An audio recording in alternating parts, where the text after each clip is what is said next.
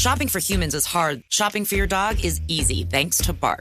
Every month, we deliver toys and treats just for your dog. Whether it's fun plush or tough toys for heavy chewers, we spoil all the dogs. Subscribe now and get a free upgrade at barkbox.com/iHeart.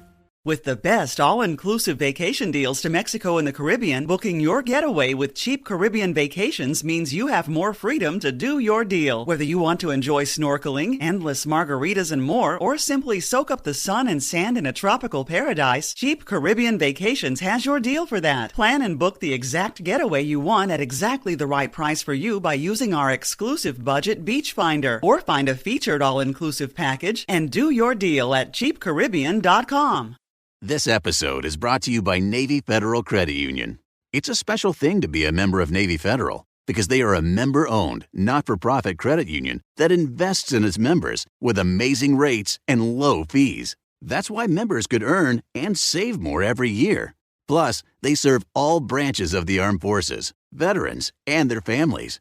So if you're interested in becoming a member, learn more at NavyFederal.org. At Navy Federal Credit Union, our members are the mission. Insured by NCUA. Hey guys, we wanted to come on and do a super short bonus episode to give you our thoughts and suggestions for what's going on in this time right now. Mm-hmm. Yeah, there's a lot going on with public health concern that is really impacting everybody worldwide.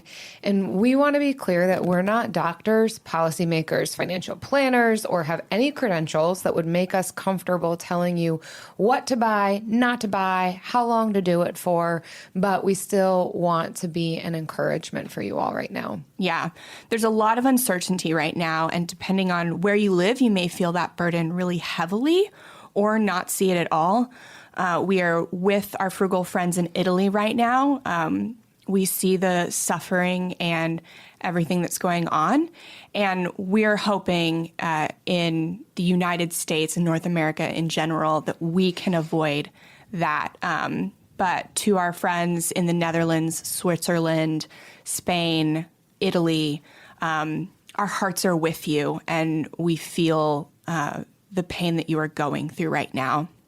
So we're going to be releasing an episode in the next few weeks on how to respond financially when your income is disrupted by something like this. But in the meantime, we wanted to give you this short episode with 3 things you can do right now to prepare for anything that's to come. Yeah, and so while there is a lot of health concern with coronavirus right now, we also recognize some of the peripheral impact that this is having with closures and people being out of work, and particularly those who are on hourly wages or who are independent contractors or small business owners.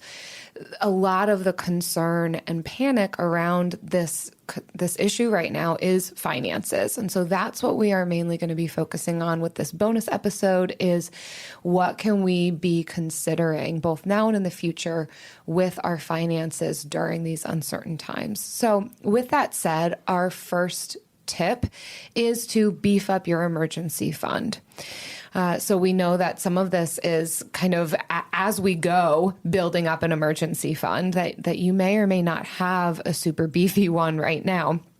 So push pause on making extra payments toward debt right now. This is okay. For the things that we're facing right now, you can give yourself permission if you don't have 3 to 6 months saved to not be putting extra strain or stress on yourself to pay down debt.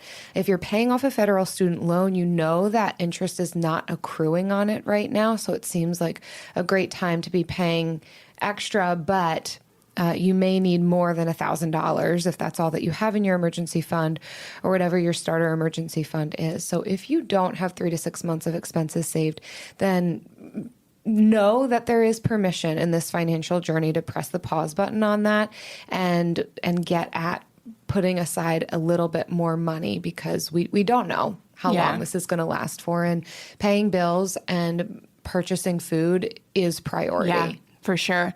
And if you do have 3 to 6 months, there's no evidence that leads me to think that you would need more.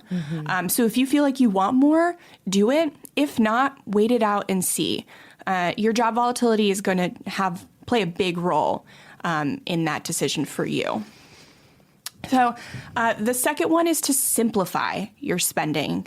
So not to just lower it, but to simplify it. This is a great time to try a no spend challenge, especially if you're trying to increase your emergency fund and you can't do that with extra income. Then simplifying your spending can allow you to transfer more to that fund. Things are closed, events are canceled, you're stuck inside. There's never been an easier time to try and do a no spend challenge. Also, there's a lot going on, a lot to think about. Our brains can't manage everything all at once. So things like spending go on autopilot. And when you pair that with fear and anxiety, we can make some really bad spending decisions. So start setting rules for yourself to simplify your spending. So that includes like a simplified meal plan, a list of essentials you need to spend on, non-essentials you really care about. This ain't a time to be giving up coffee. Like, you don't need to be battling your caffeine addiction and whatever's going on out there. And then non-essentials you're committing to cut out. I do want to spend a little bit of time on this one because I think this goes back to some of the foundational principles of frugality, where we say there is greater exponential benefit of cutting spending versus increasing wages. So before we start to dip into emergency fund or savings, let's look at what our spending is, because you have greater benefit by cutting out spending in the long run than saying, well, how do I just keep finding money to meet the spending, like where my spending is currently? Let's recognize that we are in unusual times right now, right? Nobody knows exactly how long this is going to last for, although I will say it will end. This is not forever. We know that these things do not last for forever, but we don't know exactly how long. It could be another 2 months of us kind of being in this type of situation where there's limited work or limited interaction with other people. So let's look at, because this is not status quo, because we're not going about life as usual, where can we really pull back on spending that we don't have to be getting, right? This could be a time where we're just sitting at home and we might want to go on autopilot, like you say, to be purchasing random things on the internet. Let's press the pause button on that and focus on the essentials. Let's pull back on the unnecessary subscriptions. Consider pulling out of a gym membership if you're not going to be going there anyhow. Are there exercises that you can be doing at home? And I'm just throwing ideas out there. I'm not saying everybody needs to be taking each one of these steps that I'm saying, but consider what your spending is and where you can simplify it. I won't spend a lot of time on this, but I do want to talk specifically to the hourly workers, to the independent contractors. I think these are the people who are going to feel it the most intensely. And there is some deep concern. And I'm hearing from people like, I'm scared just for financial situation. Like, my job is cutting me for the unforeseeable future, and I'm already living paycheck to paycheck. Okay, for you all. We need to buckle down a bit more and look at how bare bones can we get. And I don't want to be alarmist. I'm not trying to, again, this will end, but I also want to recognize the unique position that you're in. And so this could mean, all right, I might even start to look at my portion sizes when it comes to food. Do I typically eat too much? Do I have to cook everything and feel like I need to have 2 sides with every meat and this and that? This could mean for a time we are doing pasta. For a time we are doing some beans and rice. We're doing leftovers. We're clearing out the freezer. It could get to that point, and consider that. There's no shame in that also. And I know we'll get to this with tip number 3, but if you are a person in need, there are people in the community around willing to help. So there is no shame in reaching out to family, friends, churches, if there is need that you have where you're not making your bills, you don't have money for food, please know that there are people in your community who want to help. And this could even be an opportunity for us on our Frugal Friends community Facebook group to talk about what are we doing. Let's continue to share our ideas on how we are combating this, what could seem like a financial crisis for some, and ways that we can kind of come together. What are the resources out there so that this doesn't have to put us in a completely dire situation come a few months from now? Yeah. We're not telling you to starve yourself. We're saying get creative. This is a time where you put your fear and anxiety in a little box for a minute and then think, okay, that aside, if that wasn't a factor, how could I get creative in how I'm spending? And we are sitting with you in that fear and anxiety. We are both freelancers and independent contractors.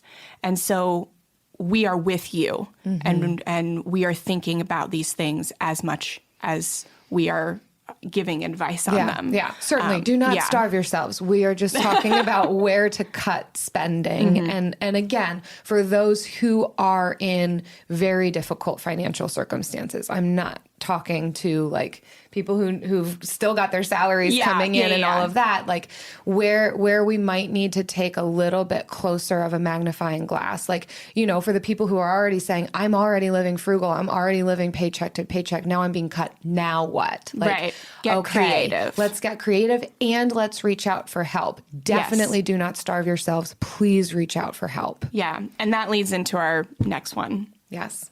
It's to be the helpers, if you can be. I know that we really want to focus on protecting ourselves, protecting our families, but I think that we can still be wise and make healthy and smart decisions and still be on the lookout for how can I help people that need it. Do I have friends that are hourly workers, freelancers, 1099, like contractors, and reach out to them. Say, hey, has your work been affected by this? What do you need? And you can make drop-offs to their house without touching them, or even seeing them.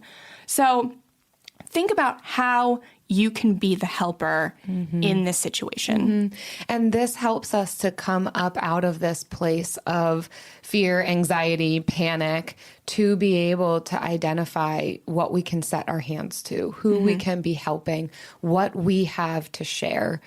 It can provide tremendous benefit to us as well as those that we are helping. So this isn't just about like hunker down in your home. Certainly, I'm not advising to go out and do anything against what is being recommended by the CDC and within your county and public officials, what they're saying to do. But there are ways to move towards the need of others while also caring for yourself. Yeah. And we would never say go against anything the CDC is recommending. We think that the precautions that are being taken right now are wise. They're inconvenient and they are going to be financially devastating for some people. But I think our lives are more important than our money. And we've always said that. And we will bounce back. We will come out of this if we are trying to be wise, and we'll bounce back quicker if we make the right decision. So whatever's coming in the next weeks, months, years, we're going to be here. And we are going to bring as much comic relief to this messed up situation as we can. But we also take our roles in it really serious. People are about to need a lot more frugality in their lives. So don't just tell them about the podcast. Be the example. Show the people around you that this isn't the end of the world and you can still live a full life with spending less. Yeah. Thanks so much for listening, everybody. We really genuinely hope that, this situation doesn't leave you in some dire situations, but we are also here to help and be an encouragement. And we encourage you to also reach out to one another. And thank goodness for the internet and having an online platform that we can be giving tips and staying connected without being present with each other. Yeah. We can still social distance and be also connected. talk. Yeah. So thank you again for listening, and we will see you Friday. Bye.